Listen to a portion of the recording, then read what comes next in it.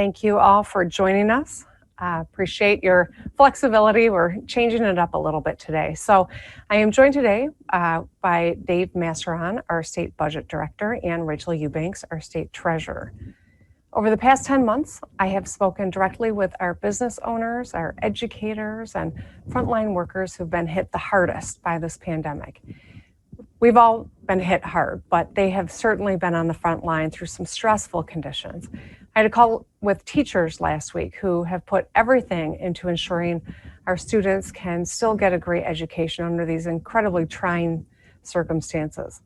I've spoken with nurses who have been caring for COVID patients for the better part of a year now and who are struggling and exhausted. I've talked with small business owners across the state who are just praying for some crucial support so that they can keep their doors open. Every single one of us knows someone who's been hit hard by this pandemic. A healthcare worker, a grocery store employee, a business owner who spent their entire lives building up a business that is now on the brink. Every day, I think about these men and women and their families and their employees, people who've made incredible sacrifices to keep our communities safe. And every day, I pledge that I will do everything in my power to give them the support that they need and deserve. As long as I'm governor, Michigan's families, frontline workers, and small businesses will have a fighter for them in Lansing. But I can't do it alone. I need partners from the state and from the federal level to work with me to protect public health and to jumpstart our economy. And I have a plan to do just that. Today, my administration is announcing the Michigan COVID Recovery Plan so that we can grow our economy as we work to end the COVID-19 pandemic. The Michigan COVID Recovery Plan is focused on 1, protecting public health, 2, getting our students back on track, and 3, jump-starting our economy. The most important thing that we can do to grow our economy and to help businesses get back on their feet is to protect public health and end the pandemic. And that's why a part of the Michigan COVID Recovery Plan is to ramp up vaccine distribution so we can get more shots in arms, so we can return to a strong economy and get back to normal as soon as possible. Last month, Congress appropriated $90 million in additional resources for vaccine distribution in Michigan through the Coronavirus Response and Relief Supplemental Appropriations Act. My plan is to use this federal funding to scale up vaccine distribution in Michigan and bring us closer to our goal of 50,000 shots in arms per day. Michigan will also receive $575 million to expand COVID testing, tracing, and lab capacity in Michigan. I've been working closely with our departments across state government to develop a number of new initiatives that will help us jumpstart our economy under the Michigan COVID Recovery Plan. Our business owners who've been hit the hardest by this pandemic, and we are doing everything that we can to make sure that they've got the support they need. The MEDC has developed a number of new programs to help our small business owners get through this tough winter and get back on their feet. The Michigan Main Street Initiative will help stabilize our small business community by securing grants for restaurants and other place-based businesses to keep our main streets vibrant and our communities resilient. The Michigan Micro Enterprise Support Initiative will help us put small businesses with less than 9 employees on the path to recovery by creating greater access to much needed support. And the Business Accelerator and Resiliency Initiative will provide grants to high-tech startups that can help our communities thrive. The Michigan COVID Recovery Plan also appropriates hundreds of millions of federal dollars in rental, housing, and food assistance to help families who need it most. And to help families and businesses in Michigan's rural communities, I'm creating the Office of Rural Development, charged with coordinating work across state government to address issues facing rural communities, including broadband, talent, infrastructure, and more. Our small businesses are fixtures in their communities. Some have been around for decades. They're working around the clock to stay afloat while trying to keep their communities safe from COVID-19, and they deserve as much support as we can give them. Let's make Michigan the place where people come to restart their businesses. I also urge the legislature to pass Good Jobs for Michigan, legislation that will boost our economy and create good paying jobs. The Good Jobs for Michigan program provides Michigan businesses with a crucial tool to create jobs and thrive in our state. Little known fact, but Pfizer was the first business to utilize Good Jobs for Michigan and did so to build their sterile drug manufacturing plant in Portage, creating 450 good paying jobs. That's right, the same Portage, Michigan plant where the first doses of Pfizer's safe, effective, and approved vaccine shipped from at the end of last year. That gave all of us such pride to see on the national news, Michigan being the epicenter of hope. Pfizer is proof that Good Jobs for Michigan legislation can boost our economy and create jobs. It's time for the legislature to get this passed and get to my desk. I'm also once again calling on the Michigan legislature to permanently extend the unemployment benefits from 20 to 26 weeks. At the end of last year, I signed legislation that extend benefits through the end of March, as soon as the legislature removes the tie bar to a $220 million tax giveaway. It's time to stop playing games and for both parties in the legislature to roll up their sleeves and to get this done. Let's permanently extend these benefits to 26 weeks, no strings attached. Let's increase the weekly benefit and provide some much needed support for Michiganders who've lost work. I'll also continue to work with the federal government to address the Unemployment Insurance Trust Fund. Michigan's was built up over the last decade and was in great shape prior to the pandemic. Help from the federal government would be beneficial for Michigan families, our business community, and our economy as a whole. Due to the pandemic and economic crisis, all 50 states have drained trust funds, and it's going to take a national effort to solve this crisis. I'm committed to working with the incoming administration to address it so we can provide working families with the financial security and peace of mind that they need and deserve. Last, the Michigan COVID recovery plan will help our students and educators get back on track. As a part of recent actions from the federal government, Michigan was allocated nearly $1.7 billion through the Elementary and Secondary School Emergency Relief Fund. The My COVID Recovery Plan will allocate this federal funding along with an additional $300 million in state funds to help schools meet our goal of providing every student an in-person learning opportunity by March 1, and to help address the learning loss that has occurred due to this pandemic.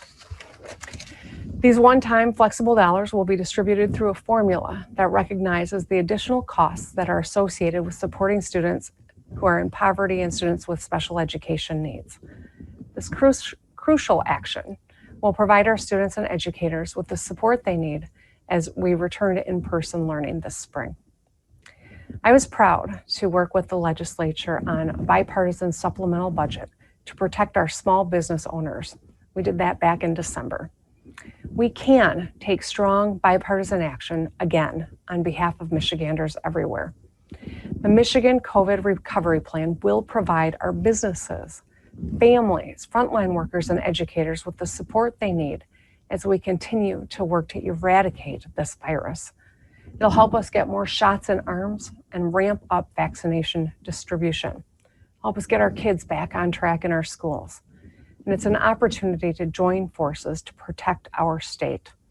Let's work together and let's get it done. And with that, I'd like to welcome the Budget Director, Dave Masseron, to make some remarks. Thank you, Governor. What I'd like to do is just take a second to step back and talk a little bit about where the funding is coming from for the Michigan COVID Recovery Plan.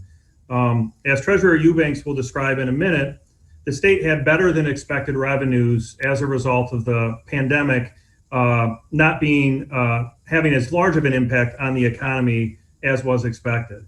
That, coupled with federal support of general fund activity and school activities, has created additional one-time funds in the general fund and school aid fund that can be used to make prudent investments to help our residents recover from the pandemic.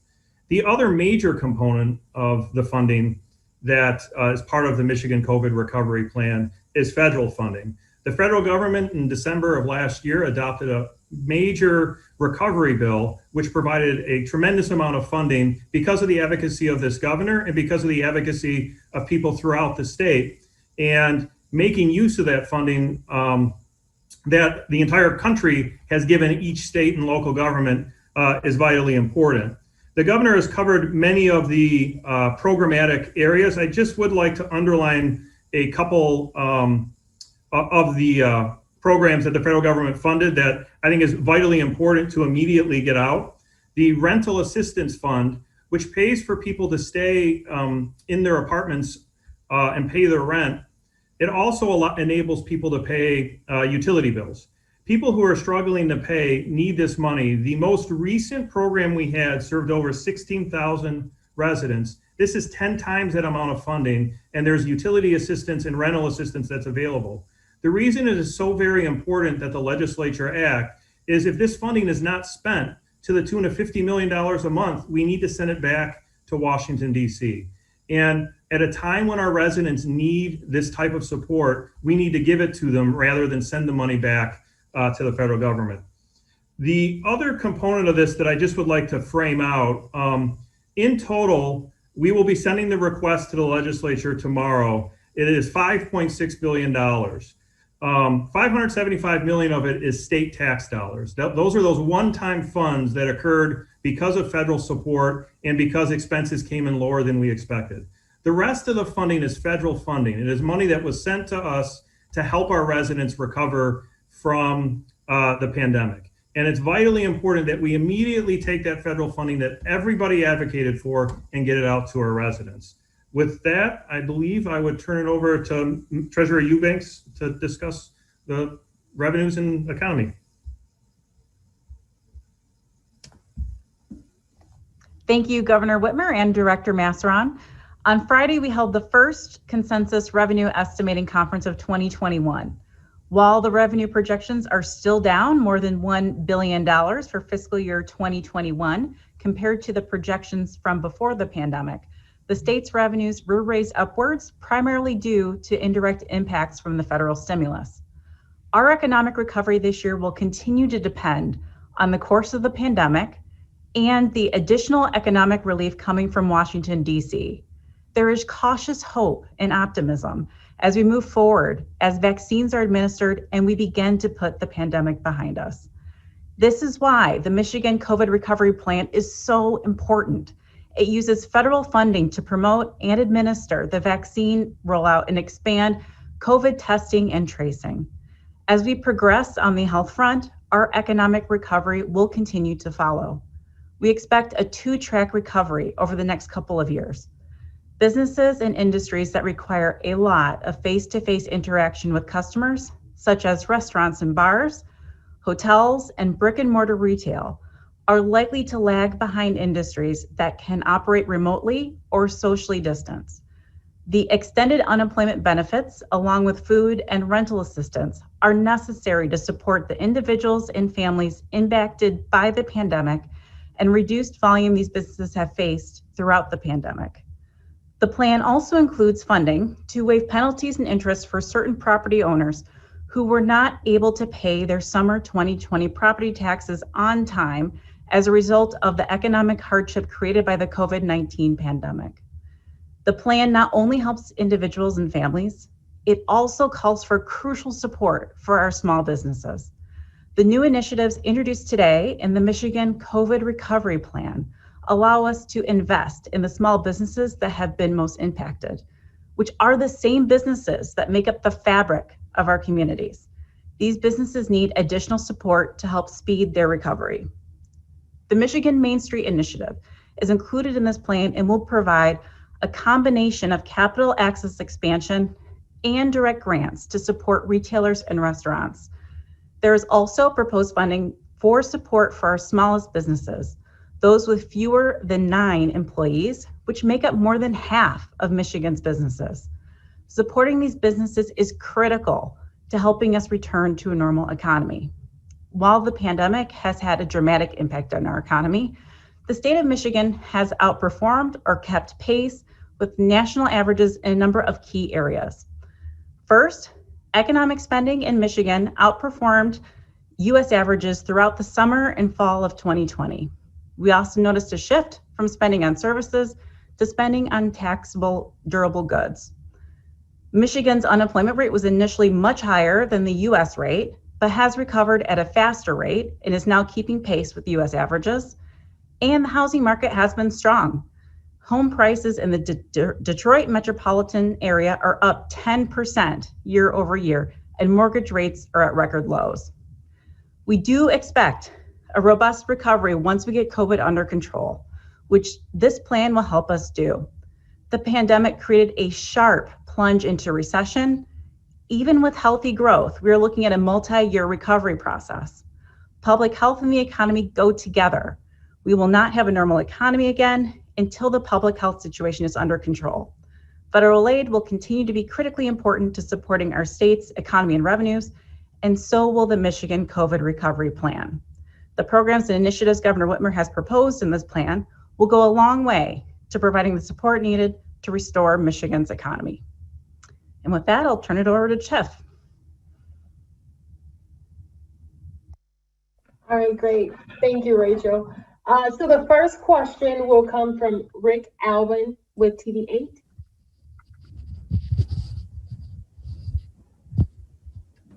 I think that, can you hear me now? Okay, great. Pardon me, the two-part question. The first part is a reporter doing math.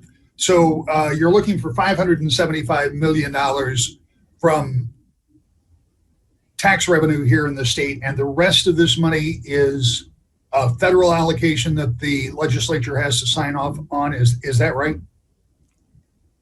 I see the budget director nodding. I'm going to let the budget director help you out there, Rick. Thank you. Yeah, Rick, you're 100% right. 274 million of it's from the general fund and 300 million is from the school aid fund. The balance is from federal funding.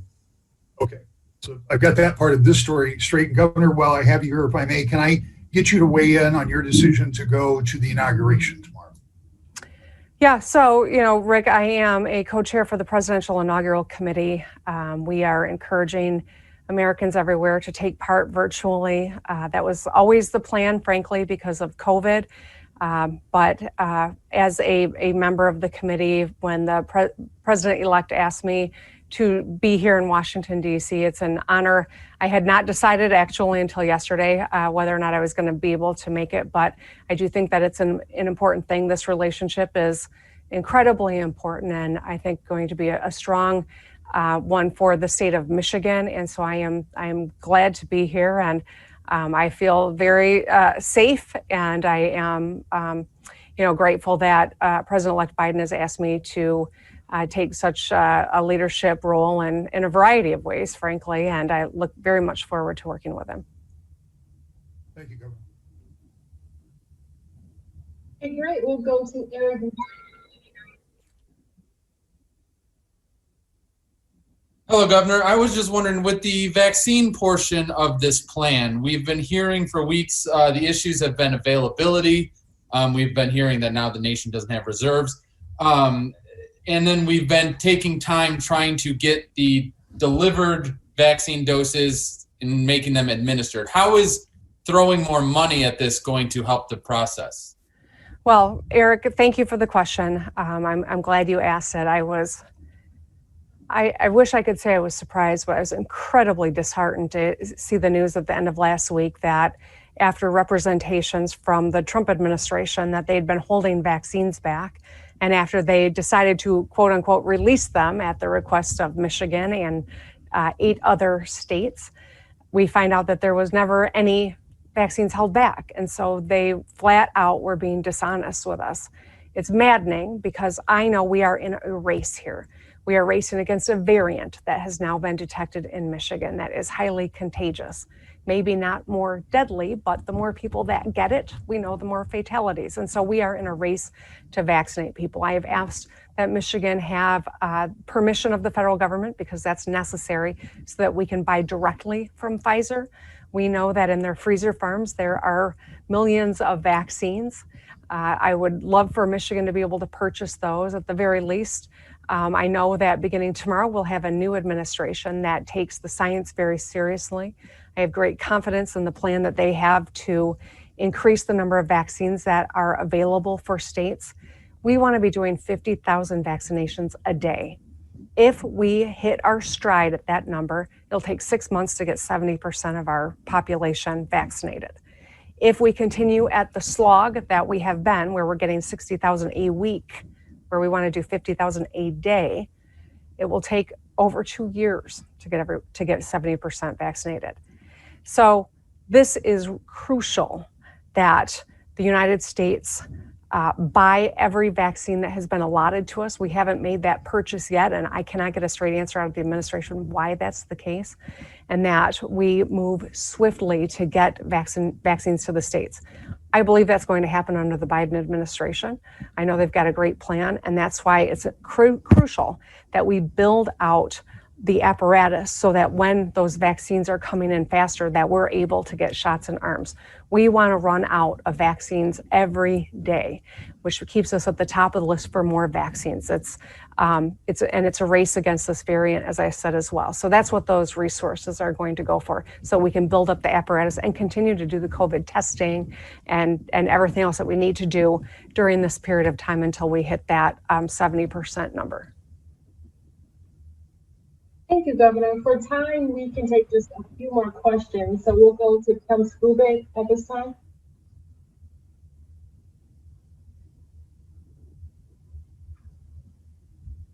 Governor, can you hear me now? Yes. Governor, is your proposal DOA, given what the Republican chairman of House Appropriations has said, which basically, unless you open the economy, he will not talk to you about your plan? Your reaction, ma'am? No, I know that sometimes, especially in this political environment, that people want to draw firm lines. But here, let me just tell you something real quick. I know that the Republican legislature would never want to stand in the way of making sure that these federal dollars get to our kids' schools or to our ability to build up our apparatus to get people vaccinated, our public health. I know that the Republican legislature wouldn't stand in the way of aid for businesses that are struggling right now. That's what this COVID recovery plan is. That's what this supplemental is. In fact, I know that the current leader in the Senate and the most previous, as well as the current leader in the House, traveled to Washington, D.C. in December, and they said that they were there to advocate for more resources. So I'm sure that they wouldn't stand in the way of us putting these dollars into work and run the risk of having the federal government pull them back. And so it's crucial that the action is taken. We want people to stay safe. I'm glad that they've been wise about their schedule this week, but we really need to get moving in this. And to the premise of your question, the economy's not been shut down. I know that there are unique parts of our economy that have struggled because of the nature of how this virus spreads. But there are a number of businesses, whether you're talking about in the restaurant industry, if that's perhaps what you're alluding to, who have been doing takeout, have gotten creative. My hope is that the numbers that we are seeing, Michigan's, our pause has been working. We're in a stronger position than our Midwest neighbors.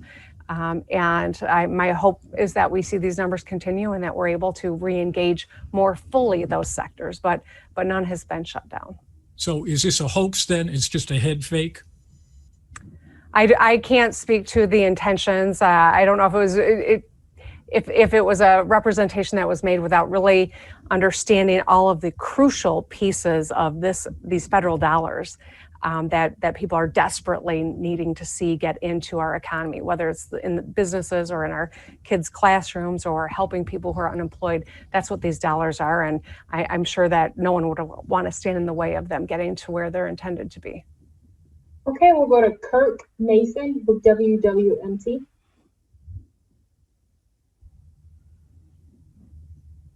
All right, Governor, can you hear me? Yes. Well, Governor, some are expressing frustration over who they are seeing receive the vaccine. In some cases, people who are working from home, not over 65, don't have an underlying condition. In some cases, they are getting the shot. What steps are you taking to try and make sure people who are supposed to get the vaccine are getting it and preventing people from cutting in line? Yeah, so I don't think that it's necessarily people cutting in line, perhaps in some instances. I will say that the nature of these vaccines, because the way that they are stored and transported, requires specific refrigeration. Recently, we were made aware that a number of the Moderna vaccines that were shipped to Michigan were not kept at the appropriate temperature, and thus we couldn't use them. That frustrates me when I know we are in a race and every vaccine matters. But that's not something that I could control. It's not the state of Michigan's fault. It's just what happened with the vaccine. And so we have to be nimble. And I'm certain that people who had appointments, who were scheduled at facilities that were supposed to get those particular shots were frustrated because they weren't able to get them. That's part of the bumpy road that is that we're all experiencing nationwide. And I just share that with you as one example of the frustration. Another is, of course, early on, we were supposed to be getting 300,000 vaccines a week, where we're getting 60. We scaled up. We still have a great plan to scale up when the vaccines come, but they've not been coming in nearly at the pace that we really need. So I understand people's frustration. I'll just add one other thing. When a package of the vaccines is opened, when it's thawed and open, you have a small window with which those need to be administered. And if perhaps some appointments aren't kept, some people for whatever reason don't make it to their appointment, we don't want to run the risk of letting a vaccine go bad. And so we will, the people that are administering vaccines will look for other eligible folks first. But if it's a question of whether or not the vaccine is going to be a total loss or someone who's not in those first priorities is getting that vaccine, we hope that they're making sure that they get that vaccine in an arm. And so these are some of the real world challenges that we're confronting in real time. We're navigating them, but all of these would be addressed if we had enough vaccines. And that's precisely why I'm continuing our push to get more vaccines into Michigan. Because if we have plentiful vaccines and everyone who wants one can get one, we won't have to worry about the priority and if people are skipping line. But at this juncture, I think it's important that we remember the minuscule number that we're getting compared to the population that wants them and recognize we got to make an appointment and be patient, and it might take longer to make an appointment. You might be on that appointment schedule pretty far out, but I'm making a promise. Everyone who wants a vaccine is going to get one. I just got to get more into the state of Michigan. We're making progress. You've seen our numbers triple and quadruple over the first week that we were doing this. So we really are in a much stronger position. We're going to get better and stronger and faster every day when those vaccines come rolling in. All right, great, Governor. The last question will come from Zach Gorchild with Bangor. Hi, Governor. Can you hear me all right? Yes. Okay, great. It's sort of a two-part question here. First, on the vaccines topic, do you think the state should consider pulling back to just eligibility for those in that 1A group, given the shortage of available vaccines, that might help alleviate the crush of appointments that are going on? There's been some criticism that your administration moved too soon to expand to the 1B group.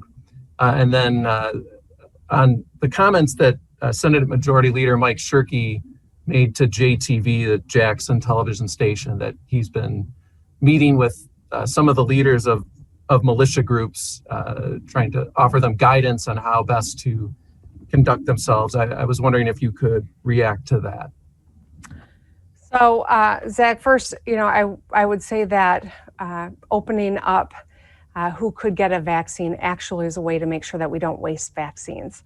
The CDC, in fact, mirrored our new policy, and so that it is the right one, because we want to make sure we don't waste a single vaccine. So moving to 65, you've seen other states follow our lead, and the CDC embrace it as a policy as well for that very reason. We just don't want to risk rendering a vaccine useless because there wasn't someone in the specific eligible group, and the date or the time stamp, we didn't get the vaccine out before it happened, and it needs to be disposed of. We don't want to waste any vaccines. We can't afford to. With regard to the second part of your question, I guess I would just say You know, I don't know how to respond to the revelation that the Senate Majority Leader has been meeting with militia groups to help them on their messages. I think it's clear he's got to answer some tough questions. What groups did he meet with? Were any of them involved in the plot to kidnap and murder me? Were any involved in the insurrection in Washington? I think those are legitimate questions that I'm sure we'd all love to know the answer to.